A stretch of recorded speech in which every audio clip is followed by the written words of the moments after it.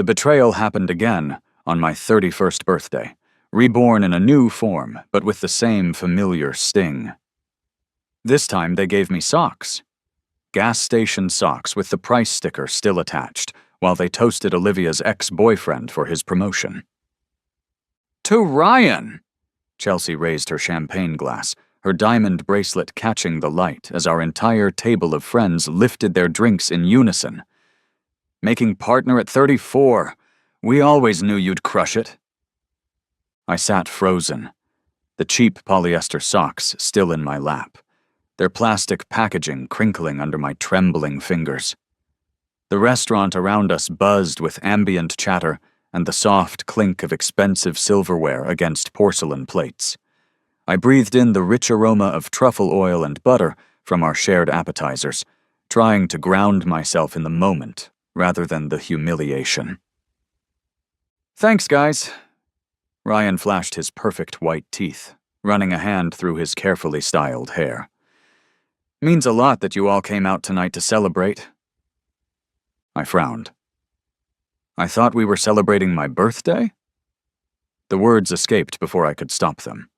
6 pairs of eyes turned to me, blinking in momentary confusion as if they'd forgotten I was there. The birthday girl. The reason for this dinner in the first place. "Of course we are, Maya." Olivia reached across the table to squeeze my hand, her rose gold watch, a gift from this very group last month, glinting under the restaurant's mood lighting. "But Ryan's news is huge too. We can celebrate both, right?" Her voice carried that familiar, condescending tone that always made my stomach knot. The same tone she used when telling me my promotion to senior travel consultant wasn't really the same as her being made marketing director. I nodded and forced a smile, the kind that doesn't reach your eyes. "Absolutely. Congratulations, Ryan." He raised his glass to me, but his eyes were already shifting back to Olivia, drawn to her like everyone always was. I took a sip of my water and watched as Olivia tossed her caramel highlights over one shoulder, laughing at something James had whispered in her ear. The waiter appeared at my elbow, the scent of his cologne momentarily overpowering the food aromas. "More wine for the birthday girl?" he asked, already reaching for my empty glass. "Please," I replied, perhaps too eagerly. As he poured, I noticed Chelsea sliding a large gift bag toward Olivia. "We got you a little something too, Liv, since your housewarming is next week." My fingers tightened around the stem of my freshly filled wine glass, the housewarming I hadn't been invited to yet. Another oversight, surely. Olivia gasped dramatically as she pulled out an expensive-looking decanter set.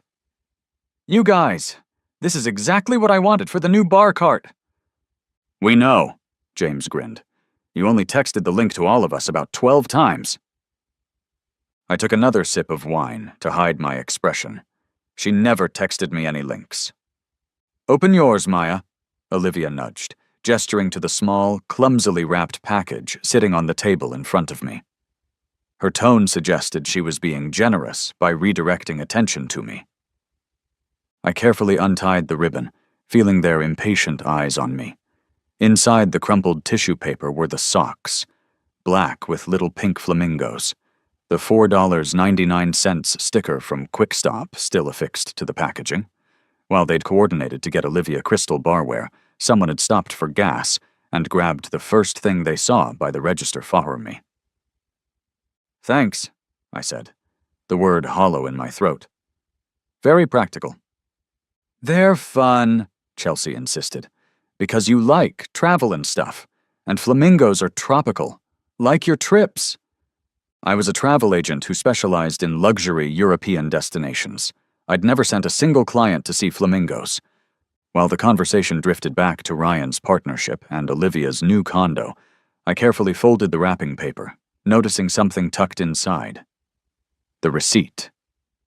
Whoever wrapped this had accidentally included the evidence of their last-minute thoughtlessness. "Quick Stop. Purchased today at 5:47 p.m. Our reservation was for 6 o'clock. Something shifted inside me as I carefully tucked the receipt into my wallet. A small ember of something I hadn't felt in years, something I'd suppressed during a decade of friendship with these people. It felt like dignity, finally waking up from a long slumber. I thought back to my 30th birthday, when they forgot to order a cake, and Olivia offered me a bite of her dessert while everyone took photos of her, not me. And my 29th, when our planned wine tasting tour mysteriously got rescheduled to accommodate Olivia's work presentation, making it impossible for me to attend my own celebration. The pattern emerged clearly, like suddenly focusing a pair of binoculars. It wasn't thoughtlessness. It was deliberate.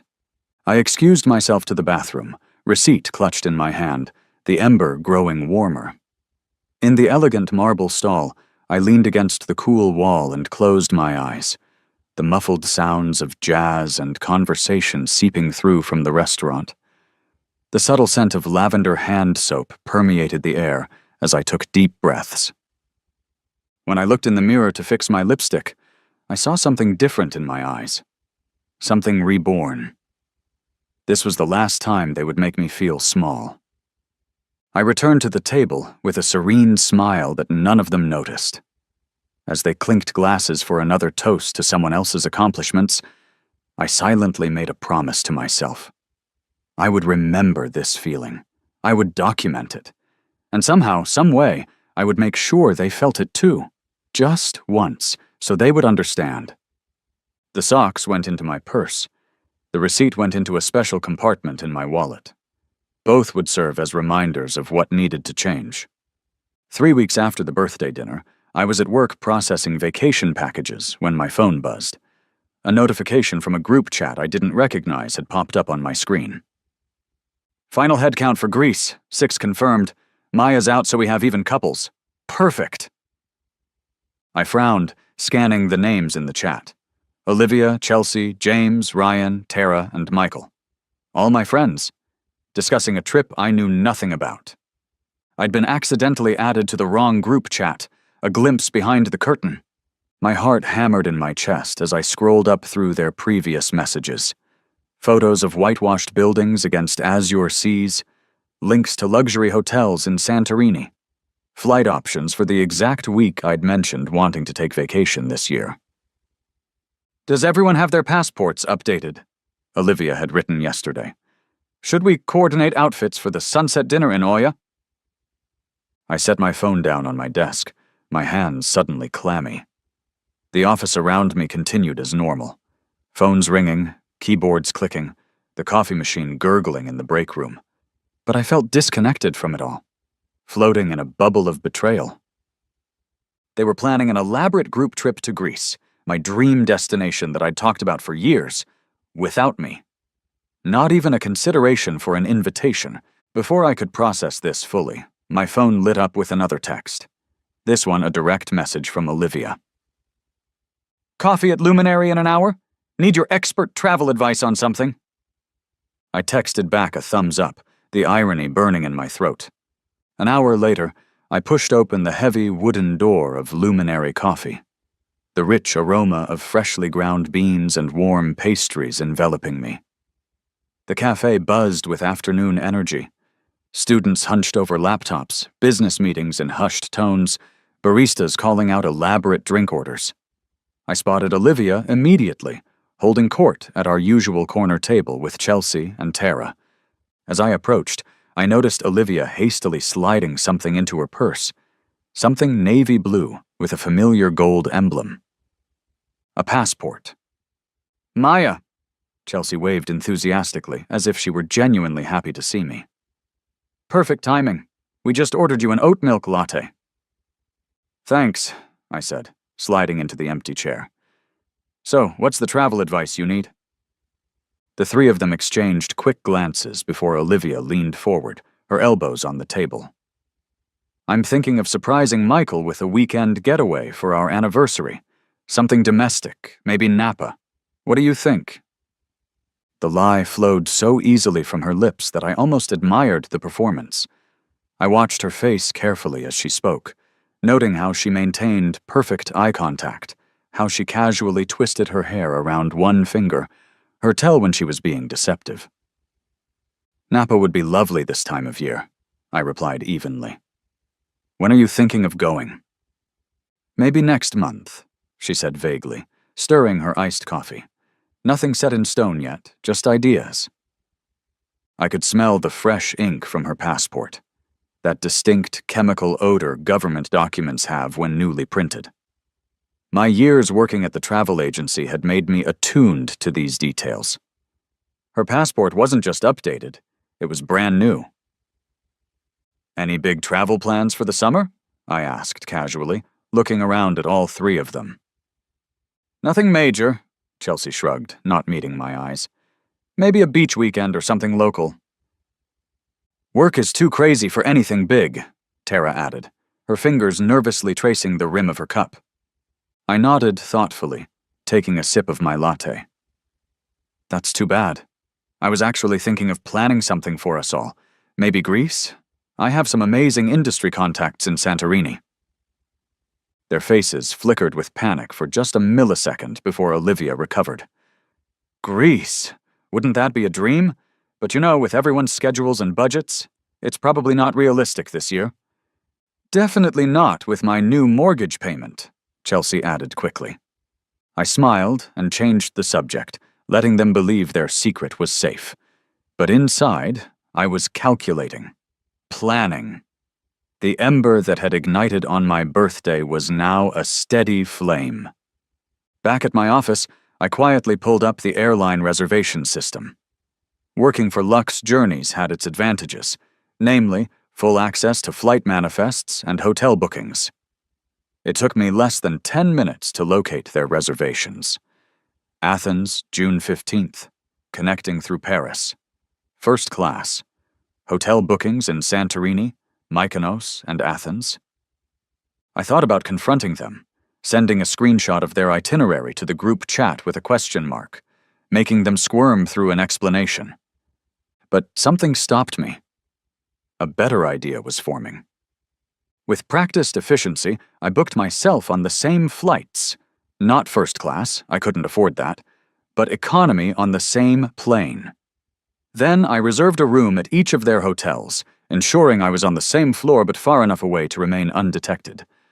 My hands trembled slightly as I confirmed the final booking, a mixture of anxiety and exhilaration flooding my system. The total cost made me wince, nearly 2 months' salary, but I had savings, and this felt necessary in a way I couldn't quite articulate. That evening in my apartment, I created a new Instagram account under a false name. I followed all of them, along with their frequent contacts. Within days, I had mapped their entire social network, noting who interacted most frequently with whom, who shared secrets, who posted passive-aggressive comments. In the back of my closet, I found a leather-bound journal I'd received as a gift years ago but never used. The paper was thick and creamy, the leather cover soft with age. I ran my fingers over its textured surface and breathed in its earthy scent before opening to the first blank page. April 17th, I wrote, my pen moving deliberately across the paper. Birthday dinner.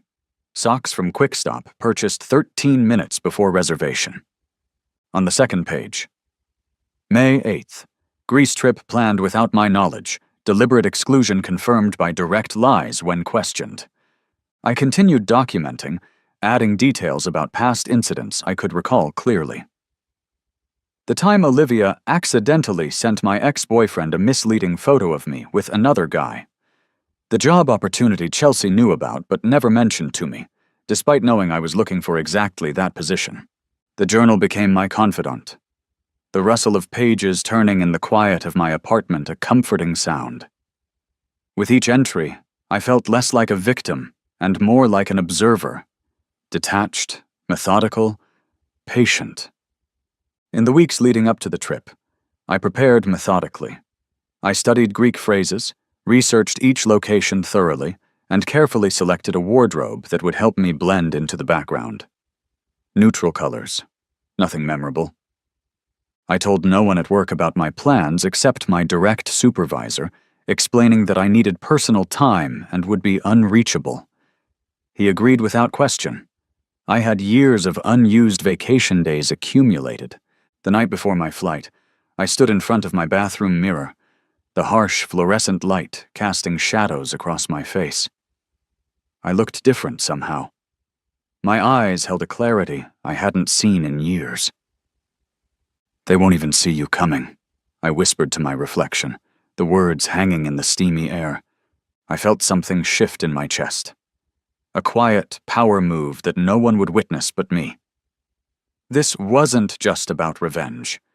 It was about reclaiming something I'd surrendered long ago, without even realizing it. My worth.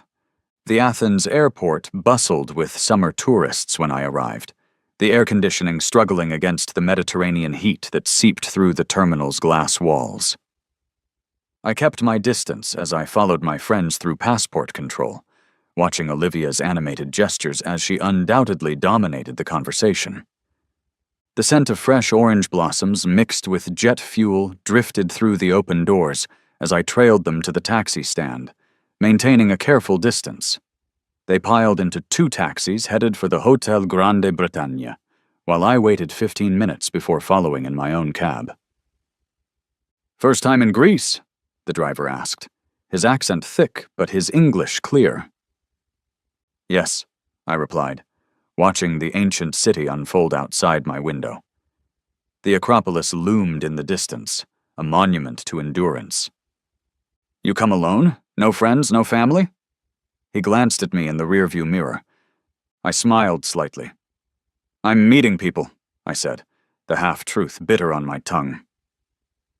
At the hotel, I checked in efficiently, declining assistance with my single suitcase. My room was on the 3rd floor, while my friends occupied a row of upgraded suites on the 4th. I'd chosen this strategic position deliberately, close enough to monitor, far enough to remain undetected. After a quick shower to wash away the travel grime, I dressed in a nondescript sundress and large sunglasses. My hair tucked under a wide-brimmed hat, I made my way to the rooftop bar where, according to an Instagram story Chelsea had posted 20 minutes earlier, the group was having welcome drinks. I selected a table in the corner, partially obscured by a large potted olive tree, and ordered a glass of white wine. From this vantage point, I could observe them clearly, laughing, toasting, taking selfies against the backdrop of the Acropolis glowing in the late afternoon sun. The waiter delivered my wine, its crisp aroma mixing with the scent of sunscreen and Mediterranean herbs from the restaurant's kitchen. I sipped slowly, my eyes never leaving their table. "Can you believe we pulled this off without Maya finding out?" Chelsea's voice carried across the terrace as the ambient noise momentarily quieted. I was sure I'd slip up during coffee. I tensed, straining to hear more over the soft bouzouki music playing in the background. "She's so oblivious," Tara laughed, the ice in her cocktail clinking as she gestured. "Remember her birthday? She actually thought we were celebrating her." My fingers tightened around the stem of my wine glass, the cool crystal a contrast to my warming skin. "To be fair," James interjected, "it was technically her birthday dinner." "Please," Olivia rolled her eyes, leaning back in her chair. The sunlight caught her expensively highlighted hair. "Maya's birthday was just a convenient excuse to get Ryan out to dinner with us. I couldn't exactly say, 'Hey, everyone, let's celebrate my ex-boyfriend's promotion.'" They all laughed, the sound grating against my ears. "Besides," Olivia continued, lowering her voice slightly, "I only keep Maya around because she makes me look better by comparison. You know what my boss said last week? That next to Maya, I seem extraordinarily dynamic. Her exact words." Another round of laughter. I felt something crack inside me, not breaking, but hardening. "Plus, her employee discount codes for hotels are clutch," Michael added, raising his glass. "Saved us at least 30% on this trip." I froze, the wine turning to acid in my stomach. My employee discount.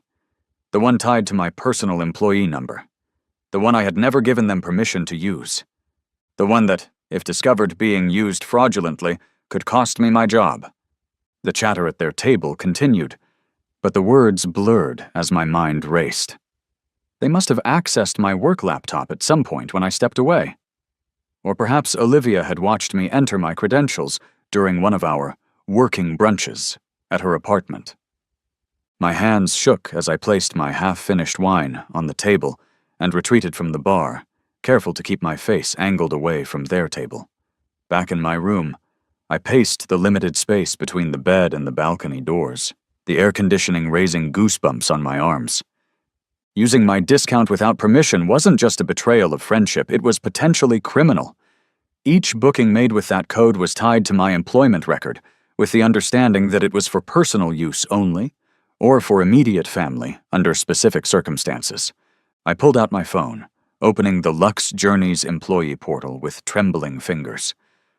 The login screen seemed to mock me as I entered my credentials, dreading what I might find. There it was.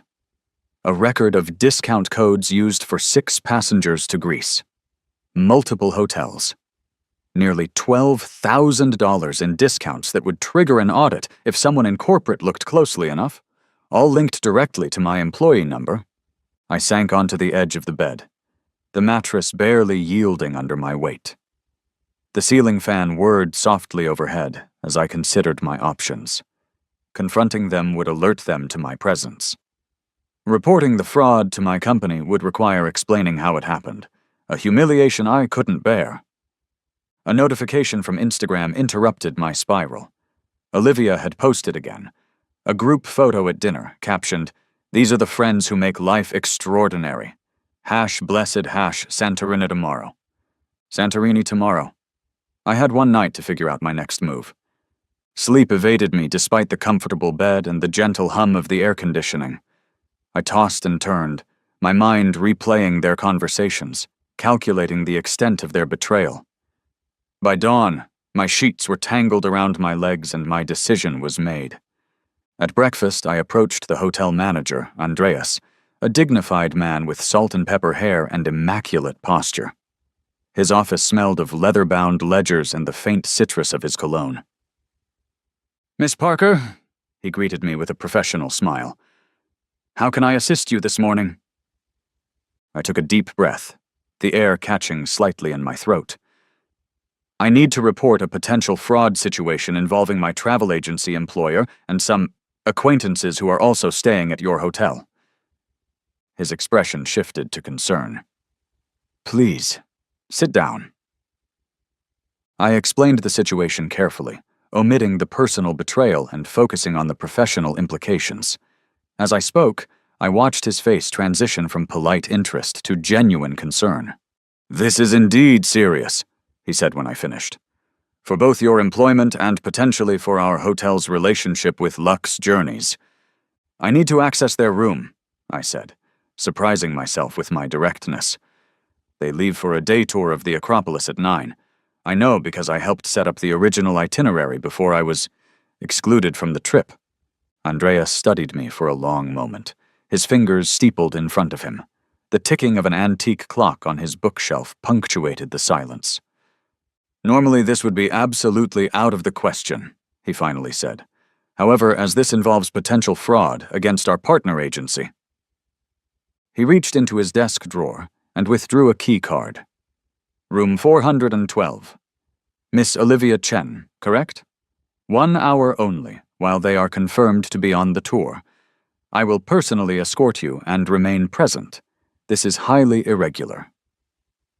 My fingers closed around the keycard, its edges pressing into my palm. "Thank you. I only need to document the fraud for my employer."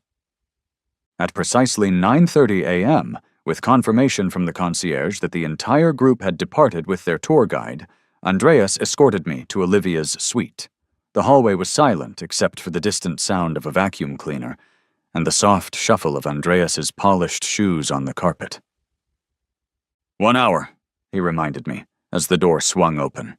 Olivia's explosive personality was evident in the chaos of the room. Clothes strewn across every surface, makeup scattered across the bathroom counter, the lingering scent of her signature perfume hanging in the air like an invisible claim to the space. I moved methodically, checking obvious hiding places first. Within minutes, I located her laptop under a pile of shopping bags in the closet. The password was predictable, her childhood dog's name followed by her birth year. The same combination she used for everything. The laptop hummed to life, its screen illuminating my face in the dim room. Andreas stood by the door, checking his watch periodically. 15 minutes have passed, he noted. I nodded, fingers flying across the keyboard as I navigated through Olivia's files. What I found made my blood run cold. Emails to my supervisor questioning my competence, forwarded conversations with clients where she'd intercepted their requests and redirected their business to her friend's new travel startup. A draft message to HR suggesting I'd been inflating my sales numbers. But the most damning evidence was a folder labeled simply Maya. Inside were screenshots of job postings I'd been interested in, alongside emails to the hiring managers from an anonymous account warning them about an unstable applicant they should avoid. There were photos of me from various social gatherings, unflattering ones she'd never posted but kept, perhaps as ammunition. Notes about my insecurities. Things I'd confided during vulnerable moments. A comprehensive database of every perceived weakness I'd ever revealed. And most shocking of all, a detailed record of my past relationships, including logs of text messages between Olivia and my most recent ex-boyfriend that predated our breakup. Messages where she systematically fed him doubts about me, planting seeds of insecurity until he finally ended things. Miss Parker. Andreas's voice seemed to come from a great distance. We need to leave soon. I nodded mutely, quickly emailing myself the evidence of the employee discount fraud, along with select files from the Maya folder. As an afterthought, I forwarded the emails to a second account I maintained, ensuring the evidence couldn't be easily erased. The door closed behind us with a soft click as we exited. In the hallway, I turned to Andreas, my voice steadier than I expected. Thank you, I found what I needed. He studied my face for a moment, something like compassion flickering in his eyes. These people, they are not your friends, I think.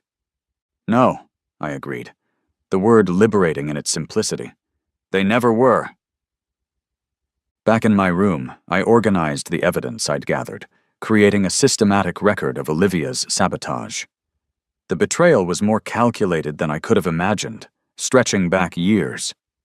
This wasn't casual thoughtlessness, it was deliberate destruction.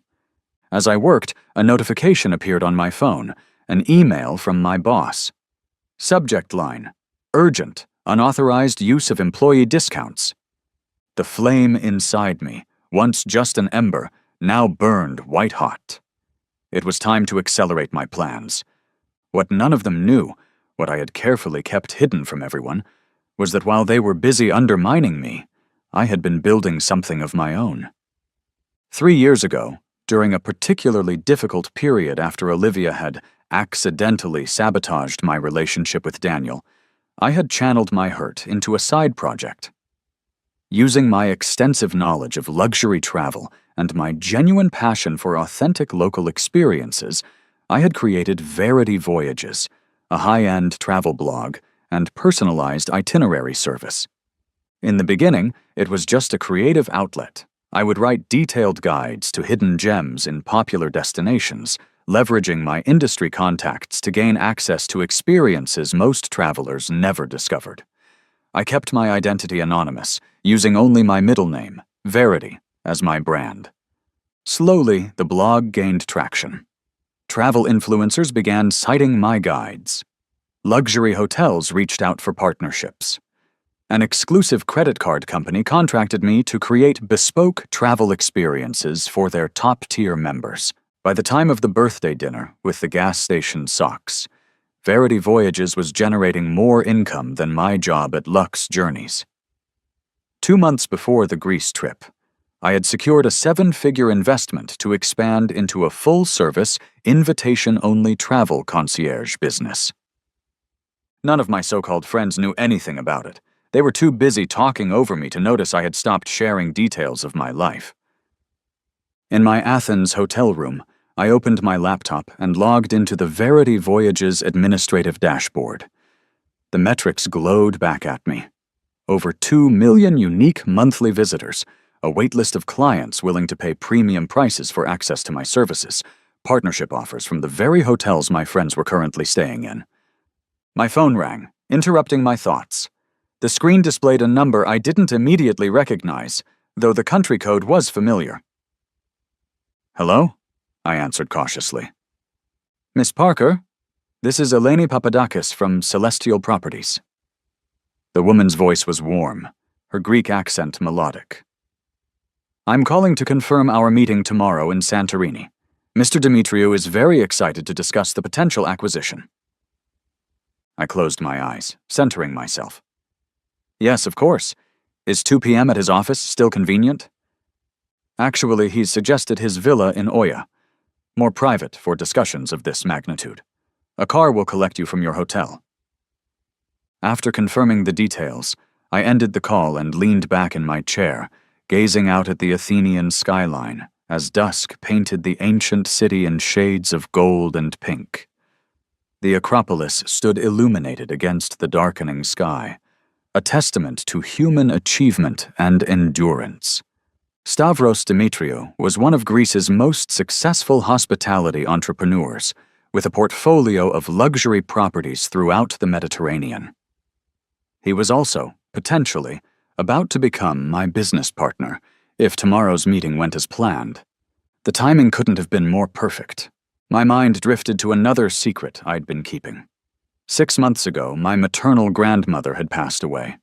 The woman who had raised me after my parents' death, who had taught me my worth when the world tried to diminish it. A woman of quiet dignity and surprising resources. Her estate had finally cleared probate last week.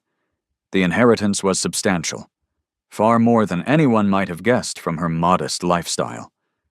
Enough to change everything. Her final instructions had been clear. Don't tell a soul until you know who deserves to know. At the time, I'd thought she was being overly cautious. Now I recognized her wisdom. A soft knock at my door startled me from my reflections. I crossed the room cautiously, checking through the peephole before opening. Andreas stood in the hallway, his expression grave. "Miss Parker, may I speak with you briefly?" I invited him in, watching as he declined to sit, instead standing with perfect posture near the desk. "I felt you should know," he began, his voice low, "that the woman, Ms. Chen, she was asking questions at the front desk this evening, about other American guests, specifically if anyone had checked in alone in the past 2 days. My pulse quickened.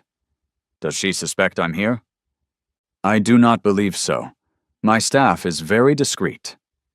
He hesitated, then added, "But there is something else. A man came looking for you specifically this afternoon, not one from her group." "Did he leave a name?" Andreas handed me a business card. "Julian Fitzgerald, from Condé Nast Traveler. He said it was regarding Verity Voyages."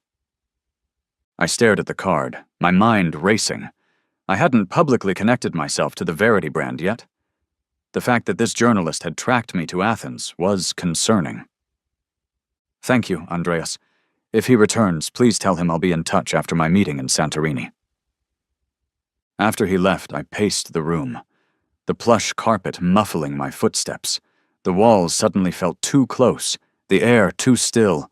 I needed to get out, to think. The night air of Athens embraced me as I left the hotel through a side entrance, the scent of jasmine and grilled meat from nearby tavernas filling my senses. I walked without direction, my mind sorting through possibilities. If Julian Fitzgerald had connected me to Verity Voyages, others could too. The timeline for my plans might need acceleration. As I rounded a corner, voices ahead made me instinctively step into the shadow of a doorway. Olivia and Ryan were walking toward me, arm in arm, clearly returning early from whatever evening activity the group had planned. "I'm telling you, it's weird," Olivia was saying, her voice carrying in the quiet street. "Chelsea's client specifically asked about working with Maya's replacement at Lux. Like they knew something we don't." Ryan shrugged. "Maybe she's finally getting fired. You've been setting that up for months." Olivia laughed, the sound echoing off the ancient stone buildings. True. Between the discount code thing and the emails to her boss, she should be unemployed by the time we get back from this trip. They passed without noticing me, their conversation fading as they continued towards the hotel. I remained in the shadows, my breath shallow, taking in what I'd just heard. Chelsea's client. Someone I had worked with before. Someone who now knew about my other identity. The pieces began to connect. Back in my room, I made 3 phone calls in quick succession. The first to my assistant at Verity Voyages, confirming that the contracts for the Celestial Properties Partnership were ready for signature. The second to my grandmother's attorney, authorizing specific transfers we had previously discussed. The third to Julian Fitzgerald, leaving a message that I would meet him, but on my terms, and only after certain events had transpired. I then sat down at the desk and opened my leather journal, the pages now half filled with documented betrayals and calculated responses. I turned to a fresh page and began to write, the pen moving decisively across the paper. May 24th, Athens, final phase implementation. Targets have accelerated timeline through their own actions. Proceed with Santorini confrontation. I outlined each step methodically, considering contingencies and potential reactions. By the time I finished, dawn was breaking over the ancient city, golden light spilling through my window. In less than 24 hours, I would be in Santorini. In 72 hours, I would attend the charity gala at the Mystique Resort, an event I knew my friends had been invited to through Olivia's marketing connections, an event where Stavros Dimitriou would be announcing his company's new partnership with an innovative force in luxury travel. I closed the journal and placed it carefully in my suitcase. The familiar ember in my chest had transformed into something steadier, more controlled. This wasn't about revenge anymore. It was about justice and reclamation. Before leaving the room for breakfast, I sent one final email to the Human Resources Department at Nexus Media Group, the parent company that owned the marketing firm where Olivia worked. The subject line read simply, Acquisition Inquiry, Confidential. The Santorini sunset painted the sky in impossible shades of orange and pink, the white buildings of Oia glowing as if illuminated from within. From my vantage point on the terrace of my suite at Mystique Resort, I could see the guests gathering for the charity gala in the main courtyard below. Women in flowing dresses, men in linen suits, champagne glasses catching the last golden rays of light. The air carried the scent of salt and jasmine, mingling with the subtle notes of the perfume I'd selected for this evening. A custom blend created for Verity Voyages as part of a luxury brand partnership. Nothing like the mass-market fragrance Olivia had worn for years. I smoothed my hands over the silk of my gown, a deep midnight blue piece by a Greek designer that had cost more than a month's rent. The fabric whispered against my skin as I made my final preparations, fastening diamond studs to my ears, my grandmother's, left specifically for the day you finally stand in your power, according to her letter. On the vanity lay my invitation to the gala, addressed to Maya Parker, Chief Executive Officer of Verity Voyages. Beside it, a second envelope confirmed my speaking role in tonight's proceedings. 3 sharp knocks at my door signaled my car had arrived. I took one final look in the mirror, barely recognizing the woman who stared back. Gone was the person who accepted gas station socks with a forced smile. In her place stood someone entirely new, or perhaps someone who had been there all along, waiting for permission to emerge. The resort's courtyard had been transformed for the evening, with hundreds of lanterns suspended overhead, casting a warm glow across the gathered guests. A string quartet played softly in one corner, the notes dancing on the gentle sea breeze. I paused at the entrance, taking a moment to compose myself. The trembling in my fingers wasn't from nervousness, it was anticipation, the kind that comes before a performance you've rehearsed for years. "Oh, Miss Parker." A staff member appeared at my side, his voice respectfully low. Mr. Demetrio asked me to escort you directly to his table when you arrived. I nodded, following him through the crowd. As we moved, I felt eyes turning toward me, conversations pausing mid-sentence. The unfamiliar sensation of being seen, truly seen, prickled along my skin. We approached a large table positioned near the small stage. Stavros Demetriou rose as we neared, his imposing figure and silver hair making him instantly recognizable. Beside him sat several influential figures from the Greek business community, and, my breath caught slightly, my friends. Their backs were to me, but I would recognize Olivia's caramel highlights and Chelsea's rigid posture anywhere. They were engaged in animated conversation, undoubtedly working the room as Olivia always did at these events, collecting connections like trophies. "Maya Parker!" Stavros's voice boomed as he extended his hands in greeting. "The woman of the hour arrives." At the mention of my name, Olivia's head whipped around, her champagne glass freezing halfway to her lips. Her eyes widened in shock, confusion washing over her features as she took in my appearance, my presence at this exclusive event, and my apparent familiarity with our host. What, Maya?" she stuttered, an unusual break in her normally flawless social performance. The rest of the group turned now, Chelsea, James, Ryan, Tara, Michael, their expressions cycling through surprise, confusion, and something that looked remarkably like fear. I smiled serenely, maintaining eye contact with Stavros, rather than acknowledging them immediately. I hope I haven't kept everyone waiting. "Not at all," Stavros assured me, pulling out the chair beside his, the place of honor at the table. "We were just becoming acquainted with your colleagues from America." The way he hesitated before colleagues told me everything I needed to know. In our meetings over the past 2 days, I had shared select details about my situation. Stavros, with his old world understanding of honor and loyalty, had been appropriately disgusted. I took my seat, finally allowing my gaze to land on Olivia. "What a surprise to see you all here," I said, my voice steady and pleasant. "I didn't realize you had connections to the Celestial Properties Charity Foundation." Chelsea recovered first, her socialite training kicking in.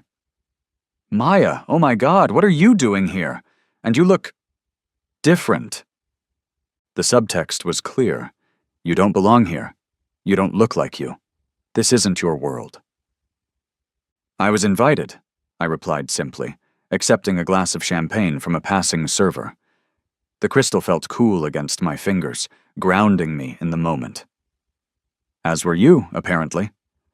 "Olivia's firm handles some PR for one of the boutique hotel associations," Ryan explained, his expression calculating as he tried to assess the situation. "But how do you—" A gentle chime interrupted him, as the event coordinator tapped a microphone at the podium. The courtyard quieted, all attention turning toward the stage. "Ladies and gentlemen, welcome to the 7th Annual Aegean Preservation Gala." The coordinator's voice carried across the now silent crowd. "We are honored to have so many distinguished guests with us tonight, as we celebrate our efforts to protect the natural and cultural heritage of these beautiful islands." I half listened to the opening remarks, acutely aware of Olivia's eyes burning into me from across the table. She was sending rapid-fire texts under the tablecloth, undoubtedly trying to gather intelligence on my unexpected appearance. "As many of you know," the coordinator continued, "our foundation was facing significant challenges this year, with funding shortfalls threatening several of our key conservation programs. That is, until an anonymous donor stepped forward with an extraordinary contribution that not only saved these initiatives, but has allowed us to expand our work throughout the islands." A murmur ran through the crowd. Stavros's hand came to rest briefly on my shoulder, a gesture of acknowledgement invisible to most, but not to Olivia, whose eyes narrowed in suspicion. "Tonight, we are privileged to announce that this donor has agreed to reveal their identity and share some words about their commitment to our cause. Please welcome to the stage the CEO of Verity Voyages and our foundation's most generous benefactor this year, Ms. Maya Parker. The applause that followed seemed distant as I rose from my seat, smoothing my dress with steady hands. Olivia's face had drained of color, her expression frozen somewhere between disbelief and dawning horror. The others looked similarly stunned, pieces visibly connecting in their minds but not quite forming a complete picture.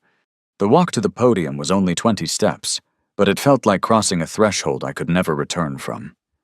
The polished wood gleamed under the lantern light as I took my position, looking out at the sea of faces, some curious, some admiring, some still confused. "Thank you for that kind introduction," I began, my voice carrying clearly across the courtyard. "For those who don't know me, I am indeed Maya Parker, founder and CEO of Verity Voyages. Some of you may be familiar with our work in curating extraordinary travel experiences that honor and preserve local cultures while providing unparalleled luxury." I paused, allowing my gaze to drift naturally to my table, where my former friends sat in stunned silence. What many don't know is the journey that brought me here tonight. You see, I believe that how we travel through the world mirrors how we travel through life, with curiosity, respect, and awareness of our impact on others. From a hidden pocket in my dress, I removed a small remote control, a detail arranged with the event's technical team earlier that day.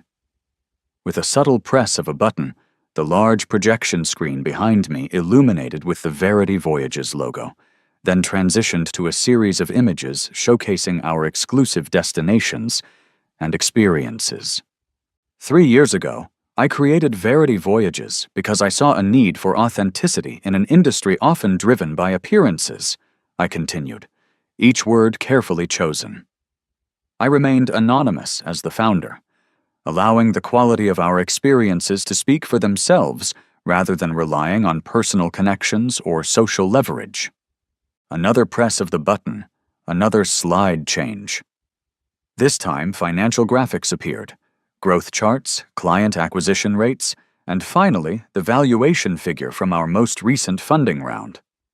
The number, with its many zeros, elicited audible gasps from several tables. I couldn't resist glancing at Olivia again. She sat rigidly in her chair, her hand clutching her champagne glass so tightly I thought it might shatter. The others looked equally stricken, especially Chelsea, whose husband worked in venture capital and would immediately recognize the significance of those figures. Tonight, I'm proud to announce that Verity Voyages will be partnering with Celestial Properties to create a new standard in sustainable luxury travel throughout the Mediterranean. This partnership represents not just a business opportunity, but a philosophy that we rise higher when we lift others up rather than stepping on them to elevate ourselves. I pressed the button one final time. The screen changed to display a series of screenshots, carefully selected, meticulously edited to remove any identifying information except for what I wanted visible. Text messages about using my employee discount code, emails discussing how to exclude me from the Greece trip planning, the comment about keeping me around to make Olivia look better by comparison. I let the images remain visible just long enough for recognition to dawn on my former friends' faces, but not so long that other guests could read the details. To everyone else, they were simply generic digital communications. To my targets, they were a clear message: I know everything. In business, as in friendship, trust is essential. When that trust is betrayed, I let the words hang in the air for a beat, my eyes meeting Olivia's across the distance. We have a choice. We can become bitter, or we can become better. The screen returned to the Verity Voyages logo as I wrapped up my speech, thanking the Foundation for their important work and pledging continued support. The applause was enthusiastic as I stepped away from the podium, my heart pounding but my exterior composed. As I returned to the table, Stavros rose to take the stage, announcing the formal partnership between our companies. I reclaimed my seat, now positioned directly across from Olivia, rather than at the far end. "What the hell was that?" she hissed, leaning forward, her voice low but intense. "Those were private conversations. You had no right." "I believe using someone's employee discount without permission is what has no right attached to it," I replied softly, maintaining my pleasant expression for anyone watching our exchange. "Among other things." "I don't know what game you're playing," Ryan interjected, his lawyer instincts kicking in. "But if you're implying something, you should be very careful about making accusations without evidence." I smiled, the expression not reaching my eyes. "I'm not implying anything, Ryan. And as for evidence, I have quite a comprehensive collection. But tonight isn't about that. Tonight is about new beginnings." The rest of the dinner progressed in strained silence from my former friends, while I engaged easily with Stavros and the other guests. I could feel their eyes on me throughout the evening, watching as I networked with influential attendees, accepted congratulations on the partnership announcement, and moved through the space with a confidence they had never seen in me before. As the event wound down, Stavros pulled me aside, his expression concerned. "Your friends do not look happy, Maya. Will this be a problem?" I shook my head. "They're not my friends, Stavros. And no, it won't be a problem after tonight." He studied my face for a moment, before nodding. "The car will take you back to your hotel whenever you're ready. And remember, the press conference is at 11 tomorrow." After he departed, I made my way toward the exit, pausing only when a hand caught my arm. I turned to find Chelsea, her face flushed either from champagne or emotion. "Maya, wait," she said, glancing around to ensure we weren't overheard. "What just happened? Since when are you some secret millionaire CEO? And those messages you showed were accurate representations of conversations you all had," I finished for her. "There's more where those came from. Much more." Her grip tightened slightly. "Look, if this is about the birthday thing or the trip, we can explain—" "I'm not interested in explanations, Chelsea." I gently removed her hand from my arm. "If you'll excuse me, I have an early meeting tomorrow." As I walked away, I heard Olivia's voice behind me, uncharacteristically uncertain. "Maya, please, we need to talk about this." I paused, but didn't turn around. "We will, but not tonight." The night air felt cleansing as I left the venue, the sound of the waves crashing against the cliffs below providing a soothing counterpoint to the emotional intensity of the evening. My driver held the car door open, and as I slid into the cool leather interior, I caught a glimpse of all 5 of them watching me from the entrance, their expressions a mixture of confusion, anger, and something that looked remarkably like fear. Phase 1 of my plan was complete. The public revelation had been executed perfectly, enough to shake them, to make them understand that everything had changed, but not enough to reveal my full hand. That would come tomorrow. Back in my suite, I removed my grandmother's diamonds and carefully placed them in their velvet box. The night had gone exactly as planned, yet the victory felt different than I had imagined. Not hollow, exactly, but complex, layered with emotions I hadn't anticipated. I opened my journal, turning to a fresh page to document the evening's events. My pen hovered over the paper for a moment before I wrote a single sentence. Tonto, May 26th. The truth, once spoken, cannot be unheard.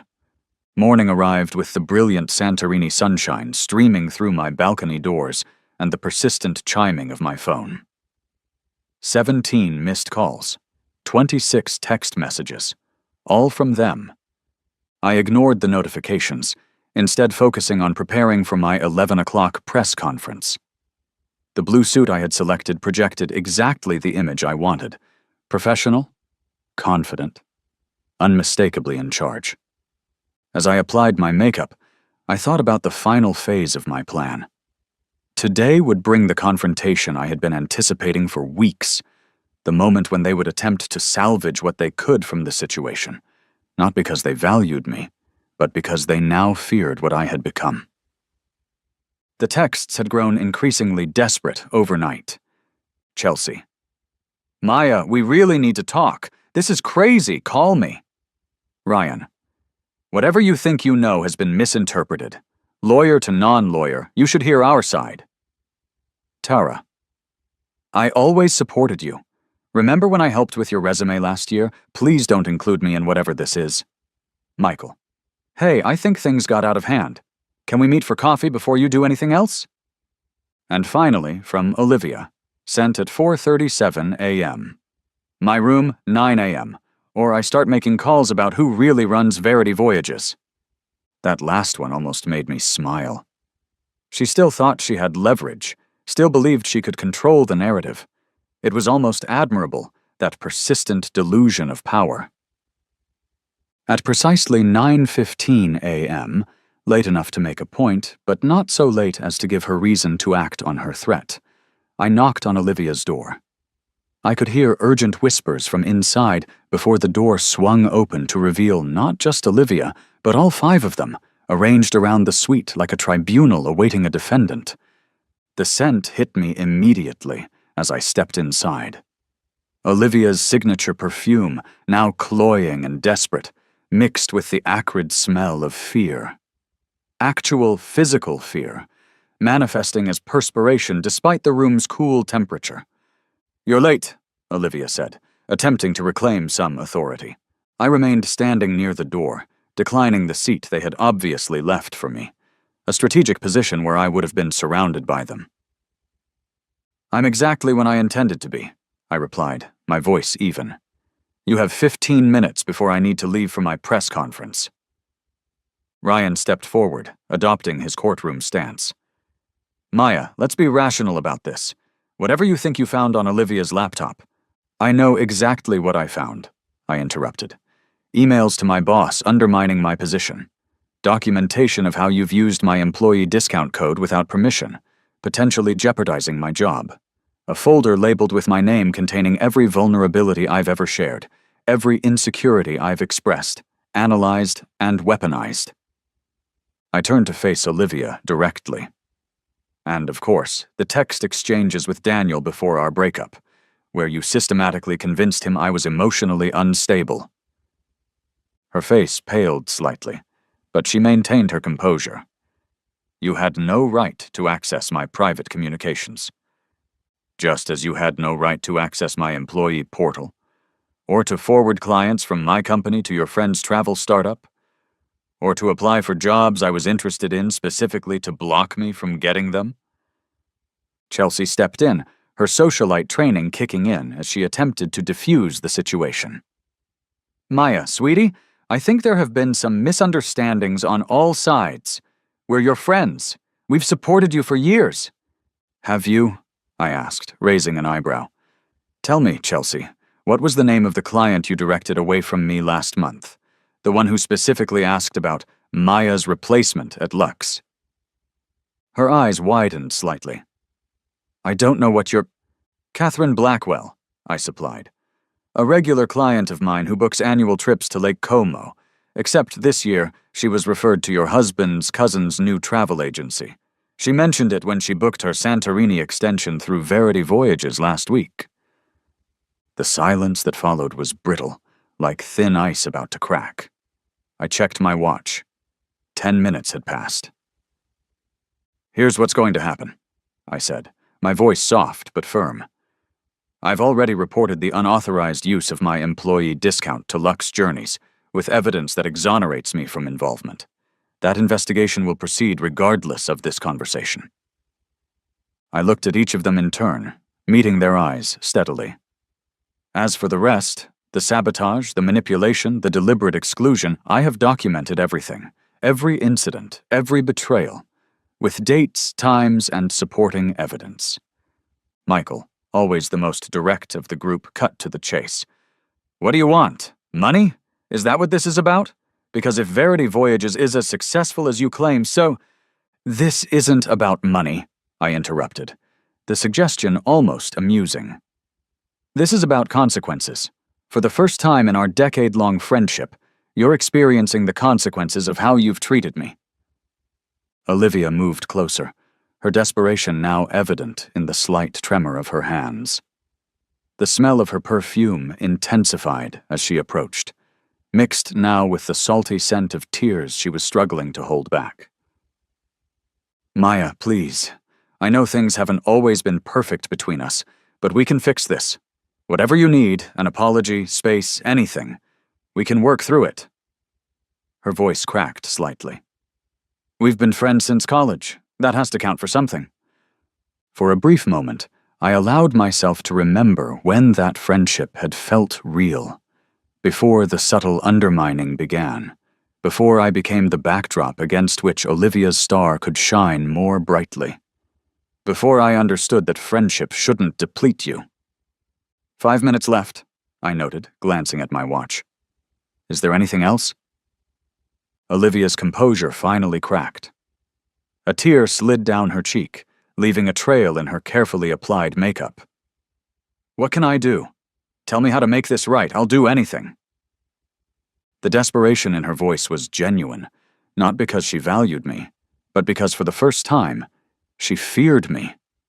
The power dynamic had shifted irrevocably, and she was scrambling to adapt. "There's nothing to be done," I said simply. "Our friendship, such as it was, has run its course." "So that's it?" Ryan interjected, disbelief evident in his tone. 10 years of friendship thrown away because of some misunderstandings and a pair of socks? I almost laughed at the absurdity of his reduction. The socks were a symptom, Ryan, not the cause, and they weren't misunderstandings. They were deliberate choices, made repeatedly, over years. My phone chimed with a reminder. Time to leave for the press conference. I moved toward the door, pausing with my hand on the handle. I should thank you, in a way. Without your collective betrayal, I might never have recognized my own worth. I might have continued accepting the scraps of your attention, grateful for the occasional acknowledgement. Olivia made one final attempt, her voice barely above a whisper. "Please, just tell me what you want from me. I'll make it right. I promise." I turned back, meeting her tear-filled eyes with clarity that felt like freedom. "What I want is simple, Olivia. I want nothing from you. Nothing at all." The word nothing hung in the air between us, more devastating than any accusation could have been. Complete dismissal, total severance. "No," I added, the single syllable falling like a gavel. "Goodbye." I closed the door behind me, the soft click of the latch more final than any dramatic slam could have been. In the hallway, I took a deep breath of clean air, free from the cloying scent of Olivia's desperation. My phone continued to buzz as I walked toward the elevator, text notifications appearing one after another. I silenced it without reading the messages, knowing they would cycle through the stages of grief on my behalf. Denial, anger, bargaining, depression, and eventually acceptance that I was truly beyond their reach. The elevator doors opened, revealing Andreas waiting inside. He nodded respectfully. "The car is ready for your press conference, Miss Parker." "Thank you, Andreas." I stepped inside, feeling lighter with each floor we descended. "Has there been any further inquiry from Miss Chen or her friends about my presence here?" "They attempted to access your reservation details this morning," he confirmed. "As per your instructions, we provided no information." The sun was brilliant as we exited the hotel, the blue of the Aegean stretching endlessly before us. In the distance, a cruise ship made its way toward the horizon, growing smaller with each passing moment, until it was barely visible, just like some people in my life, I thought. Diminishing in importance with each step I took away from them. 6 months after Santorini, I stood in my new office overlooking Central Park, the autumn leaves creating a tapestry of red and gold against the gray Manhattan skyline. The space was everything I'd wanted. Minimalist and elegant, with floor-to-ceiling windows and carefully selected art pieces that reminded me of places I'd loved in my travels. On the credenza behind my desk sat 2 framed items side by side, the gas station receipt for the birthday socks and a neatly arranged collection of passport stamps, each marking a significant moment in my journey. A knock at the door interrupted my thoughts. "Your 10 o'clock is here," my assistant announced. "The candidate for the director of marketing position." I nodded, turning away from the window. "Send them in." The door opened to reveal a woman approximately my age, with a confident stance and a portfolio tucked under her arm. Not Olivia. She had been let go from her firm 3 months ago when Nexus Media Group, the company I'd quietly acquired through my grandmother's estate, reorganized its marketing department. "Miss Reyes," I greeted her, extending my hand. "Thank you for coming in today." The interview proceeded smoothly, and I found myself genuinely impressed by her ideas and approach. Unlike my former friends, she spoke of collaborative success rather than individual achievement, of lifting teams rather than using them as stepping stones. After she left, I reviewed my schedule for the remainder of the day. A lunch meeting with Stavros, who was in town for the International Travel Expo. A conference call with our new sustainable tourism partners in the Pacific Islands.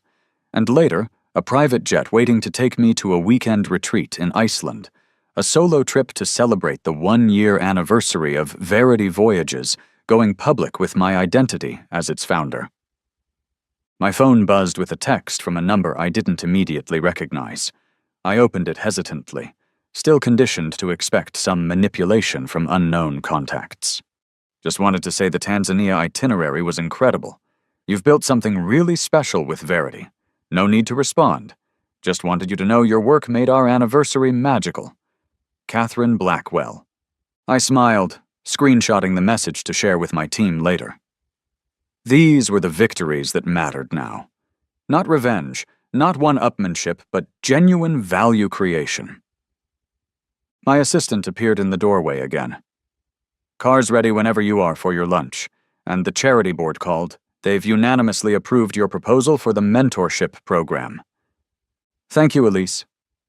I gathered my things, slipping my phone into my bag. "Could you make sure the Iceland briefing is on my seat in the jet? I want to review the Northern Lights excursion details before landing."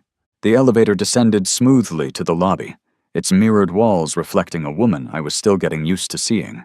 Confident, centered, purposeful. The trauma of betrayal had left its mark, certainly, but it had also burned away what wasn't serving me, leaving something stronger in its place. Outside, the autumn air carried the scent of fallen leaves and distant rain, crisp and cleansing. I paused on the sidewalk, breathing it in deeply before sliding into the waiting car. "The Pierre Hotel, please," I instructed the driver. "I'm meeting Mr. Demetrio for lunch." As we pulled into traffic, I opened my bag and removed the leather journal that had once documented every slight and betrayal. Its pages had been filled with pain and plans for accountability. But recently, I'd started writing in it differently, noting moments of genuine connection, instances of surprising kindness from strangers, small joys that might otherwise have gone uncelebrated. I'd repurposed it as a gratitude journal, reclaiming the beautiful leather-bound book for something healing rather than vengeful. Today's entry would include Catherine's text and the approval of the mentorship program, an initiative that would help young women from disadvantaged backgrounds develop careers in the travel industry. At the Pierre, Stavros was already waiting in the dining room, rising to greet me with the traditional kiss on each cheek. "Maya, you look radiant, my friend. Success continues to suit you." "It's good to see you, Stavros." I settled into my chair as the waiter poured sparkling water into my glass. "How was your panel this morning?" "Enlightening. They asked about our partnership, of course. I told them it was the best business decision I've made in a decade." We fell into easy conversation about expansion plans, new destinations, sustainability initiatives. Not once did I feel the need to prove my worth or fight to be heard, the dynamic I'd grown so accustomed to with my former friends. Here, my voice was valued, my expertise respected without question. After lunch, I had an hour before my next meeting. On impulse, I directed my driver to detour through Chelsea, stopping outside a small boutique that had caught my eye the previous week. Inside, I selected a pair of luxuriously soft cashmere socks in a rich burgundy color, smiling at the symmetry as I handed over my credit card. Back in the car, I removed the gas station socks from a side pocket of my bag. The same pair I'd received on my birthday, never worn but carried as a reminder. I rolled down the window at the next red light and dropped them into a trash can on the corner, feeling no particular emotion as they disappeared from view. They had served their purpose as a catalyst, but I no longer needed physical reminders of that chapter.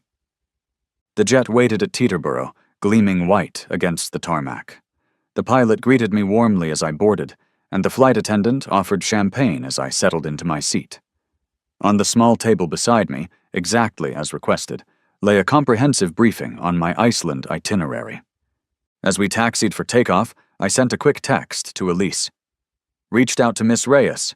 Offer her the position if references check out. Then, I switched my phone to airplane mode and leaned back in my seat, watching New York shrink beneath us as we climbed toward cruising altitude. Somewhere down there were 5 people who had once dominated my emotional landscape. Now they occupied no more space in my mind than any other distant acquaintance, acknowledged but not influential. The flight attendant approached with a leather portfolio. Miss Parker, the information you requested about the new potential partners in Oslo. Would you like to review it now or after your rest? Now is perfect, thank you. As I opened the folder and began reading, I felt a sense of peaceful alignment, with my work, with my values, with myself. The Iceland trip wasn't just a vacation, it was a pilgrimage of sorts, a celebration of having found my true north. Later, as we flew over the vast Atlantic, I gazed out at the endless horizon. In my lap lay the open journal, today's entry complete, except for one final thought. I picked up my pen and added a concluding line. The greatest gift my betrayers gave me was the opportunity to discover who I could become without them. I closed the journal and placed it in my bag, nestled beside the new cashmere socks I'd bought myself. Tomorrow, I would watch the northern lights dance across an Arctic sky. Next week, I would finalize the mentorship program that would help other young women find their voices. Next month, next year, and all the years after that belonged entirely to me. My choices, my values, my authentic connections. The flight attendant offered a blanket as the cabin lights dimmed for the transatlantic crossing. I accepted with a smile, wrapping the soft fabric around my shoulders as I settled in to watch the sunset from 40,000 feet. Up here, with the curved edge of the earth visible in the distance, betrayals seemed small, petty things. What remained was gratitude for the journey. All of it, even the painful parts, that had brought me exactly where I needed to be, exactly where I belonged.